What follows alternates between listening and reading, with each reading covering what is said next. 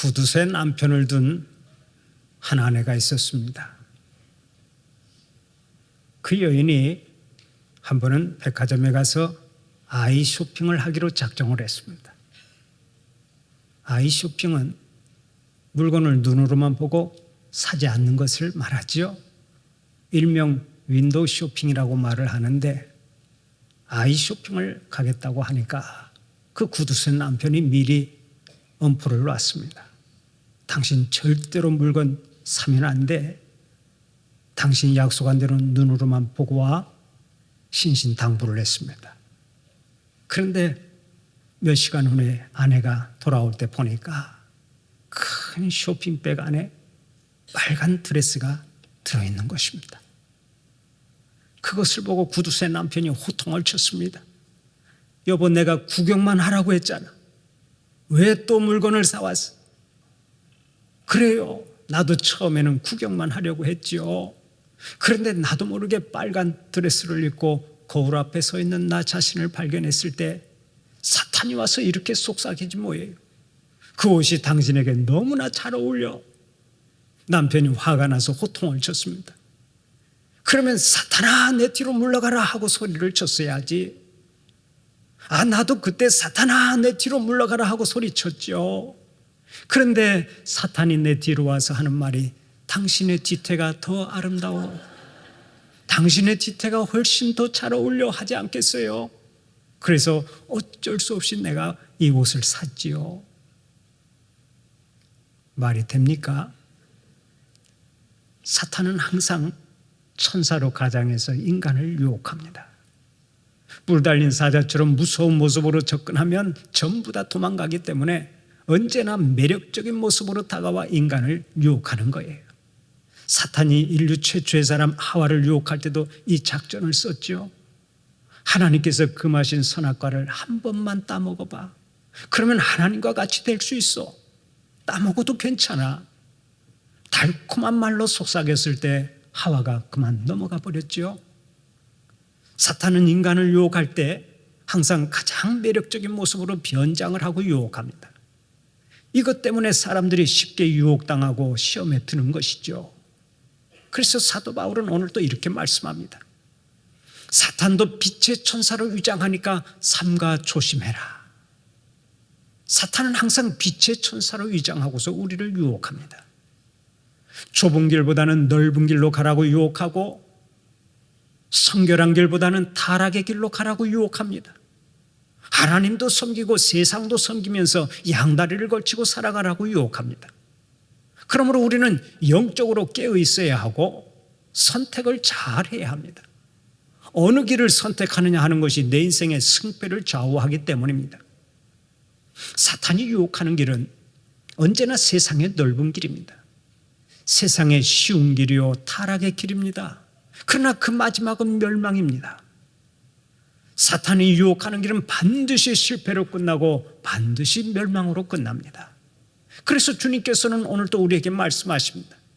한 사람이 두 주인을 섬길 수 없는데 너희는 어떤 것을 선택할 것이냐? 하나님을 선택할 것이냐? 아니면 세상을 선택할 것이냐? 세상이 필요 없다는 말씀이 아닙니다. 우리가 세상 한복판에 살고 있는데 왜 세상이 필요 없겠습니까? 그러나 주님은 먼저 하나님을 선택하라는 것입니다. 우리가 먼저 하나님의 나라와 의를 구하고 하나님을 선택하면 하나님께서 세상에서의 삶을 책임져 주시겠다는 얘기입니다. 하나님을 선택하기만 하면 하나님께서 기뻐하시고 우리의 걸음걸음을 인도해 주시고 우리의 삶을 책임져 주신다는 말씀입니다. 그런데 오늘 또 많은 성도들이 하나님과 세상의 양다리를 걸치려고 하지요. 한쪽 발은 하나님께 걸쳐놓고 다른 쪽 발은 세상에 걸쳐놓고 살아갑니다. 그래서 어떤 때는 예수의 향기가 나는 것 같다가도 금방 세상 썩는 냄새가 진동합니다. 성도로서 온전한 삶을 살아가지 못합니다. 범사에 승리하지 못합니다. 세상의 빛이요 소금으로 살지 못합니다. 얼마나 큰 비극입니까? 어떤 사람이 술 좋아하는 술꾼에게 물었습니다. 여기 술과 떡과 밥이 있다. 술을 먹겠느냐, 밥을 먹겠느냐, 떡을 먹겠느냐? 그러자 술꾼이 이렇게 대답하더랍니다. 술에 밥을 말아서 떡을 안주 삼아 먹겠습니다. 바로 이런 마음 때문에 인생이 실패의 길로 가는 것입니다. 잊지 마십시오. 버려야 할 것을 버리지 않고 놓아야 할 것을 놓지 않으면 반드시 실패의 길로 가게 되어 있습니다. 인류 실패 역사를 통틀어서 양다리를 걸친 사람이 성공한 경우가 없습니다. 사랑하는 우리 성도들은 오직 하나님만 의지하고 살아가는 자들이 되시기를 바랍니다. 하나님과 세상에 양다리 걸치고 사는 일이 없기를 바랍니다. 늘 말씀드리지만 하나님과 세상에 양다리 걸치고 살다가는 어느 날인가 찢어지는 날이 오는 것입니다. 실패하는 날이 와요. 양다리 걸치면 안 되는 거예요. 오늘의 본문을 보면 베드로가 하나님과 세상에 양다리를 걸치려고 하다가 책망을 받는 모습이 그려져 있습니다. 그 배경이 이렇습니다. 어느 날 예수님께서 제자들을 모아놓고 물었습니다. 얘들아, 사람들이 나를 누구라 하더냐? 제자들이 말했습니다. 주님, 어떤 사람들은 주님을 세례 요한이라고 말하고 더러는 엘리야라고 말합니다. 그런가 하면 선지자 중에 하나라고 말하는 사람도 있습니다. 그때 주님께서 다시 물었습니다. 그러면 너희는 나를 누구라 생각하느냐? 그 질문이 끝나자마자 베드로가 대답했습니다. 주는 그리스도이십니다. 주는 그리스도이십니다. 그 말을 듣고 주님께서 심히 기뻐하셨습니다. 그래서 같은 기사의 내용이 나오는 마태복음을 보면 예수님이 이렇게 칭찬하셨습니다. 바요나 시몬아, 내가 복이 있도다. 내가 내게 이르노니 너는 베드로라. 내가 이 반석 위에 내 교회를 세우리니 음부의 권세가 이기지 못하리라. 예수님은 제자들의 올바른 신앙 고백을 듣고 기뻐하셨습니다. 그리고는 마침내 장차 일어날 일을 다 공개하셨습니다. 내가 많은 고난을 받고 장로들과 대제사장들과 서기관들에게 버림받아 죽임을 당하고 사흘 만에 살아날 것이라. 순환의 비밀과 부활의 비밀을 제자들에게 전부 다 공개하셨습니다. 그때 베드로가 어떻게 했습니까? 오늘의 본문 32절을 보면 예수님을 붙들고 항변했다 하고 말씀합니다.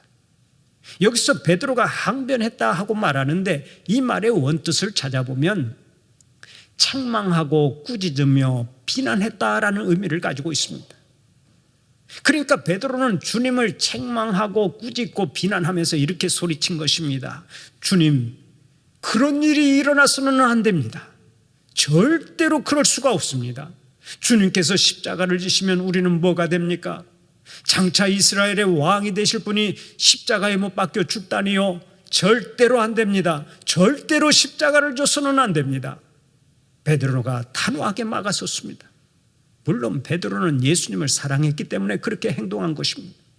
그러나 그런 행동은 마귀가 좋아할 일이었습니다. 하나님의 뜻에 역행하는 초사였습니다. 그래서 예수님께서는 베드로를 향해 큰 소리로 말씀하셨습니다. 사탄아, 내 뒤로 물러가라. 네가 하나님의 일을 생각하지 아니하고 도리어 사람의 일을 생각하는도다.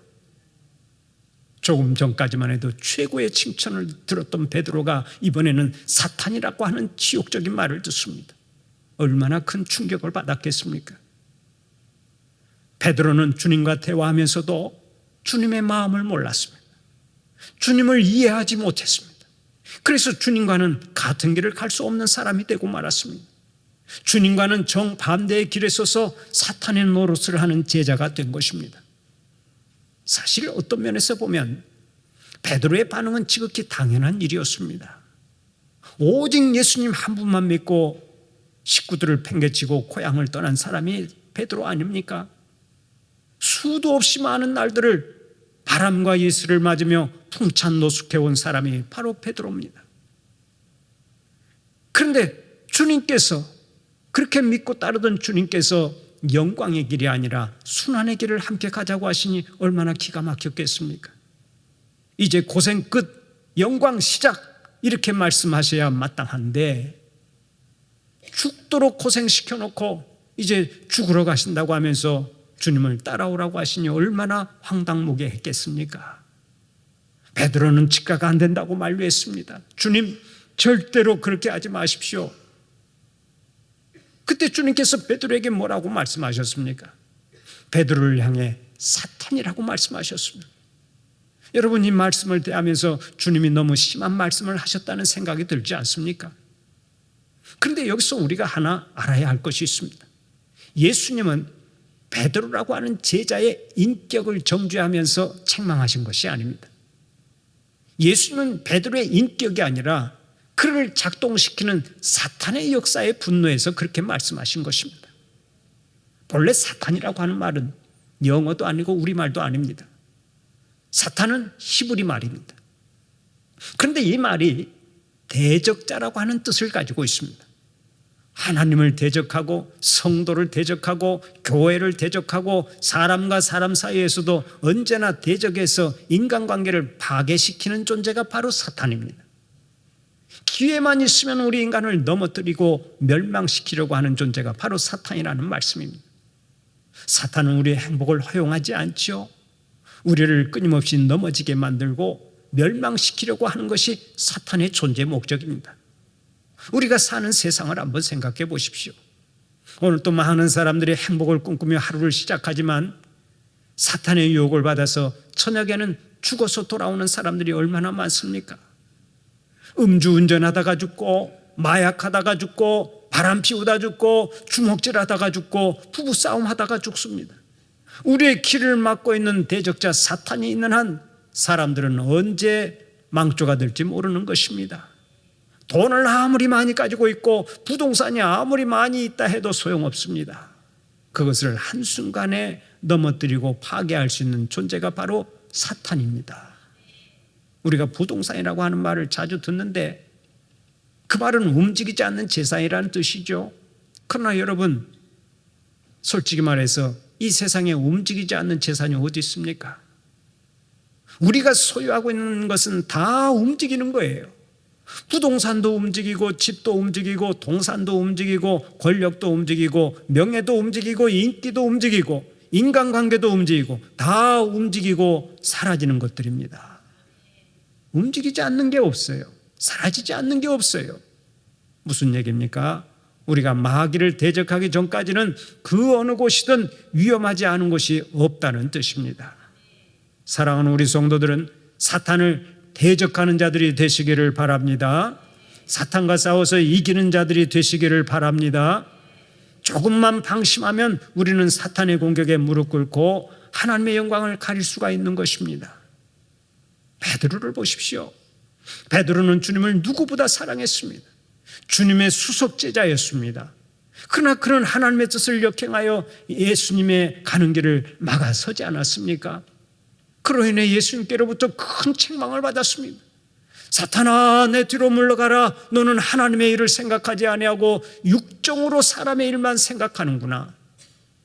하나님의 뜻을 따라 하나님의 도구로 쓰임받으면 주님의 칭찬을 받지만 하나님의 뜻을 역행하고 사탄의 도구로 쓰임을 받으면 책망을 받는 것입니다. 그러므로 조심해야 합니다. 우리는 늘 깨어 있어야 합니다. 그렇지 않으면 낮에는 하나님의 사람으로 일하고 밤에는 사탄의 도구가 되어서 일할 수 있는 거예요. 그래서 에베소서 4장 27절을 보면 이렇게 말씀합니다. 마귀로 틈을 타지 못하게 하라. 마귀로 틈을 타지 못하게 하라.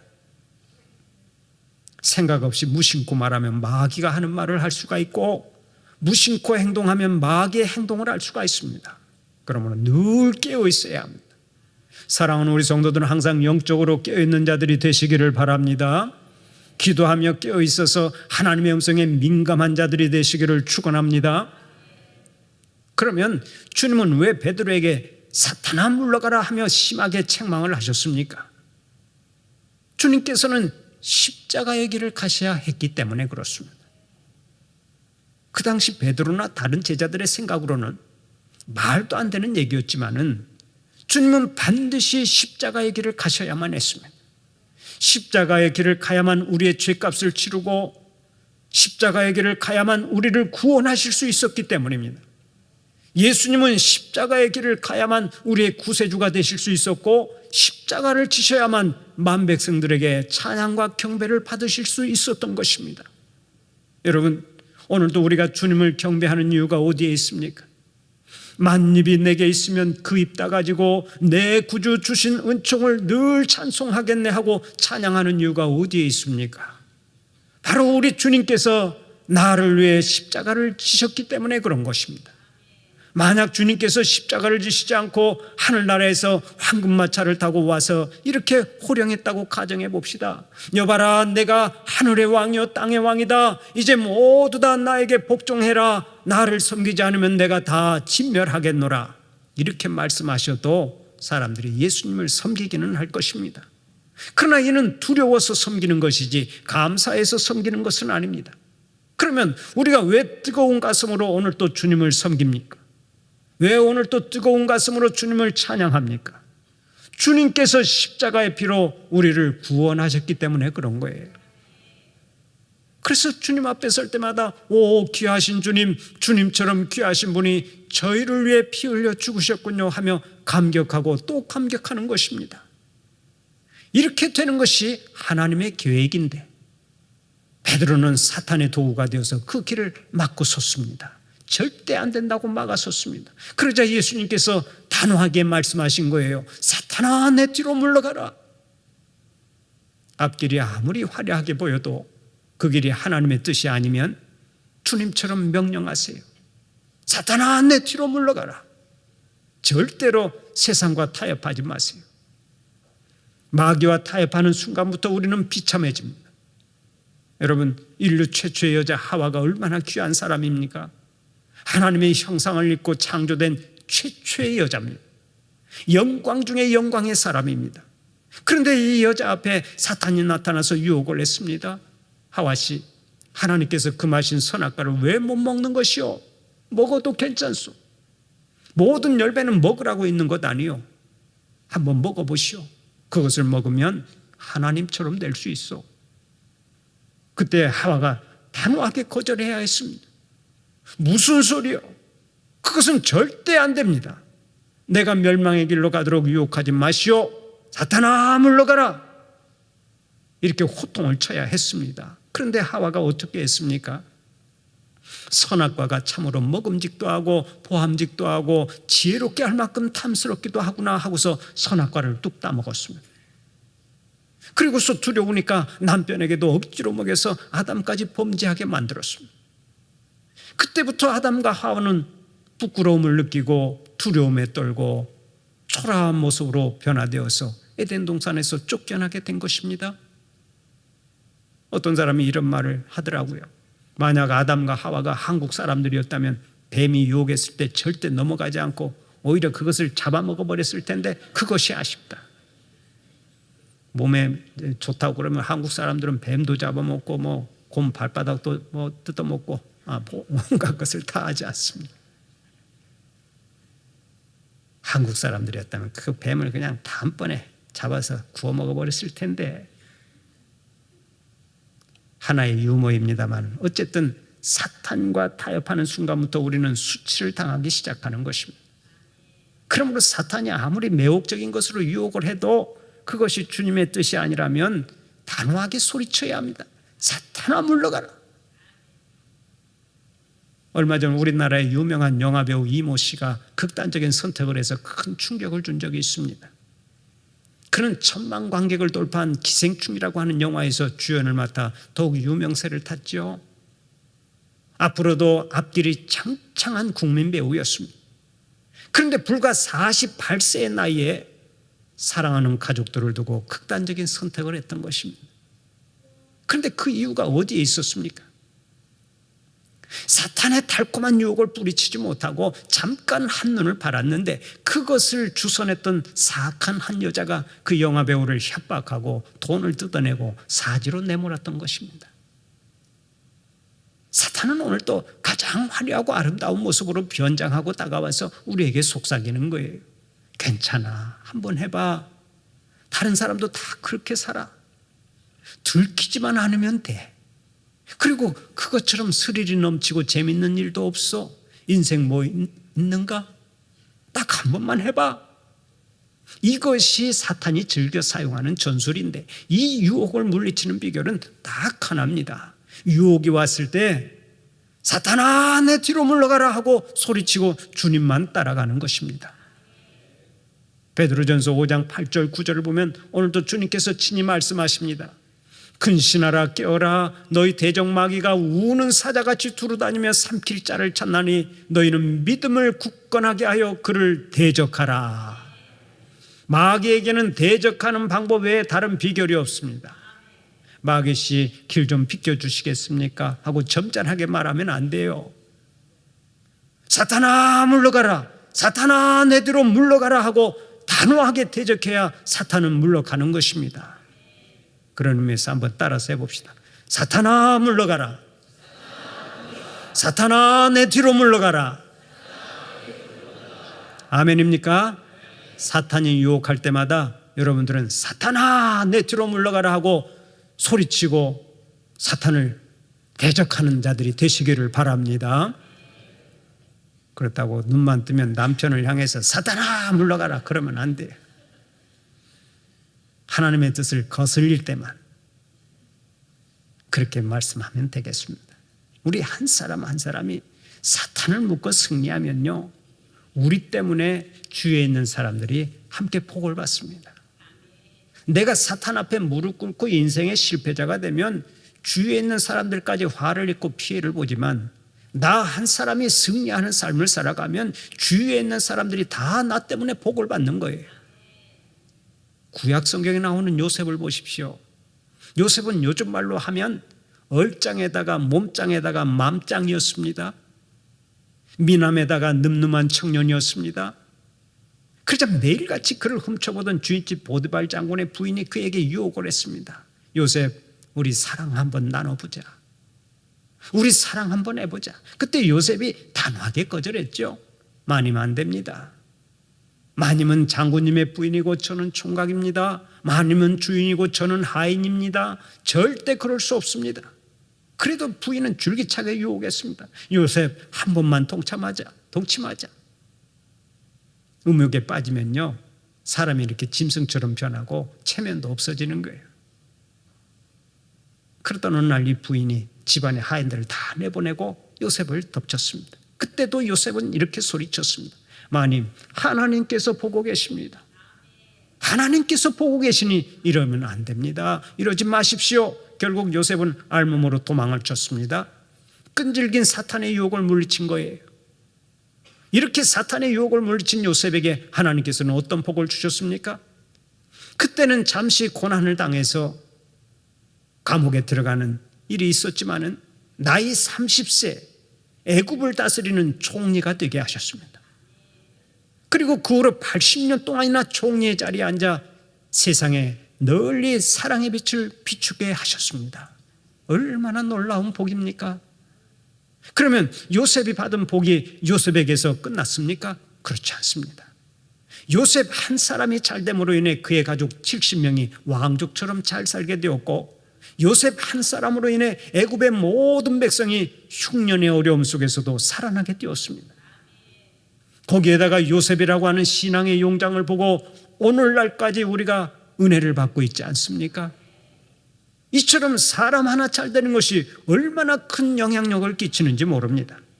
그러므로 나 하나 잘 되는 것이 참으로 중요한 줄 믿으시기를 바랍니다. 사랑하는 우리 성도들 한 사람 한 사람이 멋지게 살아가는 복이 있기를 바랍니다. 한 생을 성공적으로 잘 살아가는 복이 있기를 축원합니다. 집안의 가장인 남편 한 사람이 하나님을 잘 섬기고 사탄의 유혹을 물리치고 깨끗하게 살아가면 아내가 행복해집니다. 자녀들이 희망차게 살아갑니다. 부모님이 자랑스러워합니다. 사업이 잘 됩니다. 교회가 복을 받습니다. 사회가 건강해지고 나라가 부강해집니다. 그러나 남편 한 사람이 사탄의 유혹에 빠져서 방탕하고 술 취하고 허구한 날 새벽에 기어들어오면 아내의 가슴이 타들어가는 거예요. 자식들이 상처를 받는 거예요. 부모님이 한숨을 쉬는 거예요. 아내도 마찬가지입니다. 아내 한 사람이 가정을 바로 지키면 가정이 천국이 되고 가정에서 행복이 넘쳐나게 되는 거예요. 그러나 아내가 바람이 나서 돌아다니면 남편의 가슴은 숫덩이가 되고 자녀들은 방황하고 사회는 어지러워지는 것입니다. 그러므로 나 한 사람이 얼마나 중요한지 모릅니다. 황태자의 첫사랑이라고 하는 영화가 있습니다. 그 영화를 보면 이런 장면이 나옵니다. 황태자가 유학 중에 있을 때 그의 신분을 모르는 한 친구가 그에게 물었습니다. 자네는 졸업한 후에 무엇을 할 것인가? 그때 황태자는 주저하지 않고 이렇게 말했습니다. 나는 부친의 직업을 이어받을 것이네. 그러자 질문을 던진 친구는 그를 우습게 여겼습니다. 타국에 와서 유학까지 하고 겨우 부친의 직업을 잇겠다고 하는 것이 좀 유약하게 보였던 것입니다. 그러나 황태자는 전혀 그렇게 생각하지 않았습니다. 황태자는 아버지의 뒤를 잇는 것에 대한 큰 자부심이 있었습니다. 그의 아버지는 황제였기 때문입니다. 그것을 모르는 사람에게는 우스운 이야기로 들리겠지만 그것을 아는 사람은 그 길이 가장 복되고 영광스러운 길이며 이 세상 그 어느 것과도 바꿀 수 없는 행복이라고 인정할 것입니다. 그런데 우리가 믿는 예수님이 어떤 분이십니까? 예수님은 온 세상을 창조하신 창조주요 인생의 주인이십니다. 만왕의 왕이시고 온 인류의 구세주가 되십니다. 그러므로 우리가 예수를 믿고 예수님을 따르는 제자가 된다고 하는 것은 얼마나 귀하고 복된 일인지 모릅니다. 그분 예수 그리스도께서 오늘의 본문 34절을 통해 친히 말씀하십니다. 누구든지 나를 따라오려거든 자기를 부인하고 자기 십자가를 지고 나를 따를 것이니라. 만왕의 왕 주님을 따라가려면 나를 부인하고 기꺼이 내게 주어진 십자가를 지고 따라가야 한다는 말씀입니다. 사탄은 세상 욕정과 탐심을 따라가라고 끊임없이 유혹하지만 주님께서는 끝까지 십자가의 길을 가라고 말씀하십니다. 그 십자가의 길이 복된 길이요 영원한 생명의 길이기 때문입니다. 사탄이 유혹하는 넓은 문 넓은 길은 지나가기가 쉽지만 마지막은 반드시 실패요 멸망으로 끝납니다. 그러나 우리 주님 따라가는 좁은 문 좁은 길은 지나가기가 어렵지만은 그 마지막은 영원한 성공이요 영원한 생명이요 영원한 승리인 줄 믿으시기 바랍니다. 주님의 십자가를 묵상하며 사순절 기간을 보내는 여러분들에게 오직 주님만을 따르는 결단이 있어서 범사에 승리하고 하나님의 영광을 높이 드러내는 복이 있기를 간절히 축원합니다.